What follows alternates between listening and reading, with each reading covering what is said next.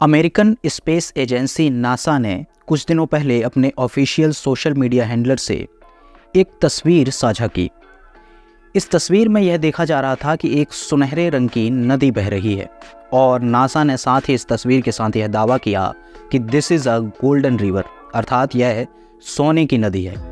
अब किसी आम सोशल मीडिया चैनल से या किसी आम व्यक्ति द्वारा इस तरह का पोस्ट किया जाता तो जाहिर सी बात है इसे कोई भी गंभीरता से नहीं लेता, लेकिन जब नासा की तरफ से यह पोस्ट शेयर की गई और इस तरह का दावा किया गया तो रातों रात यह खबर और यह तस्वीर तेज़ी से वायरल हो गई और लोग इस पर तरह तरह से सवालिया निशान उठाने लगे। आखिर क्या है इस गोल्डन रिवर से जुड़ी हुई हकीकत? यह वाकई एक सोने की नदी है या सिर्फ है एक फसाना? और यह तस्वीर दुनिया के किस हिस्से से जुड़ी हुई है? जानिए पूरी खबर मेरे साथ। नमस्कार, वोकल न्यूज़ में आपका स्वागत है। दोस्तों, नासा ने कुछ दिनों पहले अपने ऑफिशियल सोशल मीडिया प्लेटफॉर्म से यह तस्वीर साझा की। इस तस्वीर में साफ देखा जा रहा था कि एक सोने के रंग की सुनहरे कलर की नदी बह रही है और यह दावा किया जा रहा था कि this is the golden river of Peruvian Amazon, अर्थात पेरू में अमेज़न संयंत्र का एक गोल्डन नदी बह रही है।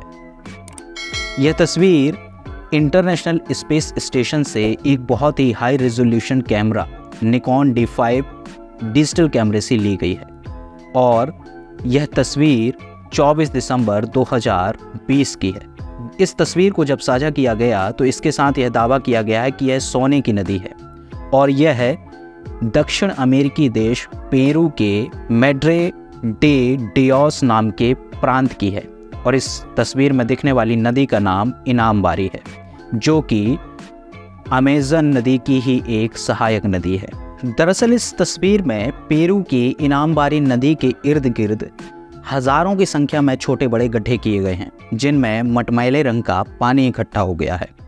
एक ख़ास मौसम में जब सूर्य की किरणों से यह पानी रिफ्लेक्ट होता है तो यह सोने के कलर का चमकता है। इसी कारण यह नदी सोने के रंग की या सुनहरे रंग की दिखाई देती है और इसी तस्वीर को कैप्चर करके नासा द्वारा यह दावा किया गया कि यह एक गोल्डन रिवर है। लेकिन कहानी केवल इतनी ही नहीं है। इन छोटे बड़े गड्ढों से एक बहुत ही बड़ा काला सच जुड़ा हुआ है और जुड़ी हुई है एक कहानी, जो कि हमने अपने एक पहली वीडियो में भी आपको बताई है। तो वो क्या कहानी है और क्या है वो काला सच, मैं सब कुछ आपको बताऊंगा। लेकिन उससे पहले हमारे इस चैनल को सब्सक्राइब करें, इस वीडियो को लाइक करें, शेयर करें, कमेंट्स करें और ज़्यादा से ज़्यादा लोगों तक पहुंचाने का प्रयास करें। तो आइए बढ़ते हैं खबर की ओर। दोस्तों, मैंने आपको एक पहली वीडियो में भी बताया है कि पेरू के एक बहुत बड़े इलाके में सोने के बड़ी भारी मात्रा में डिपॉजिट्स होने की संभावना जताई जाती है और यही कारण है कि यहाँ के लोकल लोग, जो कि बहुत ही ज़्यादा गरीबी भरी ज़िंदगी गुजर बसर करते हैं, वे तेज़ी से अमीर होने का रास्ता ढूंढते रहते हैं और इन्हें गोल्ड डिपॉजिट्स की छानबीन में लगे रहते हैं और कई तरह के अवैध रास्ते भी अपनाते हैं। मैंने आपको पिछली वीडियो में बताया था कि किस तरह कुछ लोग फ्लाइंग जेट्स का इस्तेमाल करके और एलियंस का रूप बदल करके लोगों को डराते हैं और उनको इलाके से भगाकर वहाँ पर गोल्ड माइनिंग्स किया करते हैं। कुछ इसी तरह की यह भी खबर है। दरअसल यह जो नदी है इनामबारी, इसके किनारे बहुत सारे इलीगल गोल्ड माइनिंग वर्कर द्वारा छोटे बड़े अनेकों की संख्या में गड्ढे किए गए हैं।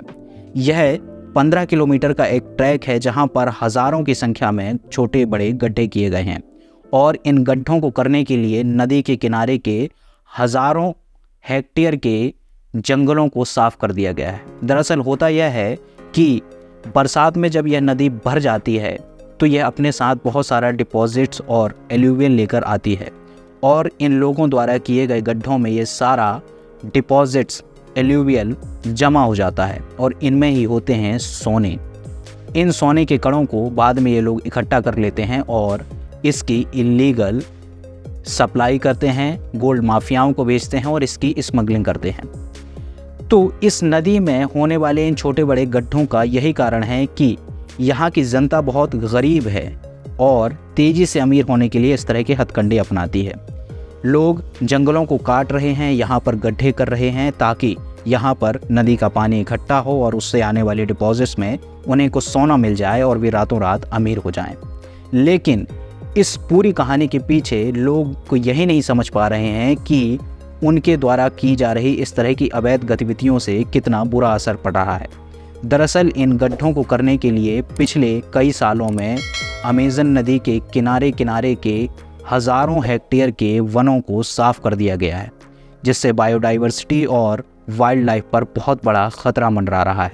यह समस्या न केवल पेरू के लिए और ब्राज़ील के लिए बल्कि पूरी दुनिया के लिए ख़तरनाक साबित हो रही है, क्योंकि अमेज़न के जंगल पूरी दुनिया के फेफड़े कहे जाते हैं। सबसे भारी मात्रा में यहाँ पर घने जंगल पाए जाते हैं और यही कारण है कि इन जंगलों के कारण ही दुनिया में ऑक्सीजन का और वायुमंडल का बैलेंस या संतुलन बना हुआ है। अगर इस तरह की गतिविधियां नहीं रुकीं तो आने वाले समय में यह एक बहुत बड़ी समस्या पैदा कर सकता है। लोगों द्वारा नदी के किनारे किए गए ये गड्ढे वैसे तो हमेशा ही मौजूद रहते हैं, लेकिन एक ख़ास मौसम में जब नदी का पानी बढ़ता है और इन गड्ढों में भर जाता है तो वे वहाँ की पीली मिट्टी के साथ सूरज की किरणों में रिफ्लेक्ट होता है और एक सुनहरे रंग का दिखाई देता है।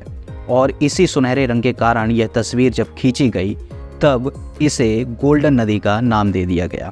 और इस नदी में बहुत भारी मात्रा में गोल्ड डिपॉजिट होने की भी बात कही जा रही है। इस गोल्ड डिपॉजिट के कारण ही पेरू में बड़ा भारी पर्यावरण संकट पैदा हो गया है। 2019 में ही अध्ययन के मुताबिक 2018 में ही लगभग 23,000 हेक्टेयर की बराबर की ज़मीन में पेड़ पौधों का संहार कर दिया गया। इतने बड़े पैमाने पर यहाँ पर वनों की कटाई हो रही है केवल और केवल इलीगल गोल्ड डिपॉजिट्स की खोज में। और यही कारण है कि यह देश लगातार समस्याओं में घिरता जा रहा है और ख़बरों में बना रहता है। इतना ही नहीं, लगातार हो रही वनों की कटाई से पर्यावरण में और भूजल में मरकरी की मात्रा भी बढ़ती जा रही है, जो वाइल्ड लाइफ के लिए और वहाँ की लोकल्स लोगों के लिए बड़ा भारी संकट बनता जा रहा है। ज़रूरत है कि इस तरह की गतिविधियों पर जल्द से जल्द पेरू सरकार को और विश्व समुदाय को रोक लगानी चाहिए। हालांकि पेरू सरकार के द्वारा इस तरह के कुछ कदम भी उठाए गए हैं। जब 2019 में पेरू की सरकार द्वारा दशकों पुराने एक गोल्ड माफिया गैंग का भांडाफोड़ किया गया और लगभग 5,000 लोगों के खिलाफ कार्यवाही की गई। लेकिन लोग यहाँ पर इतनी गरीबी में गुजर बसर करते हैं कि वे अमीर बनने के लिए, कुछ पैसा पाने के लिए हर तरह के कार्य करने के लिए तैयार हैं। यहाँ तक कि अनैतिक और अवैध गतिविधियाँ भी यहाँ पर लोग करने के लिए तैयार हो जाते हैं। इस इलाके में लगभग 30,000 से भी ज़्यादा ऐसे वर्कर हैं जो इलीगल गोल्ड माइनिंग के काम में लगे हुए हैं और आए दिन नदियों के किनारे जंगलों को काट कर गड्ढे करते हैं ताकि वहाँ पर पानी इकट्ठा हो और वे सोना प्राप्त करके अमीर बन जाएं। हम यह अपील कर सकते हैं कि इस तरह की गतिविधियों पर विश्व समुदाय को एक एक्शन प्लान तैयार करना चाहिए। और चूंकि अमेज़न के जंगल न केवल पेरू और ब्राज़ील या कोलंबिया की संपदा है बल्कि एक वैश्विक संपदा है, इसलिए इसको बचाने में एक सम्मिलित रूप से पहल की शुरुआत की जानी चाहिए। आज के लिए इतना ही। इस तरह की और भी दिलचस्प और रोचक खबरों के लिए जुड़े रहिए वोकल न्यूज़ के साथ। मुझे दीजिए अनुमति। नमस्कार।